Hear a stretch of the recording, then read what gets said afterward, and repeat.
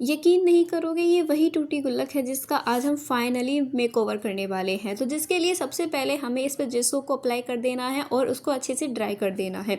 ये इस गुल्लक का पार्ट 1 है, जो अभी तक आपने नहीं देखा तो प्लीज़ जाके चेकआउट करें।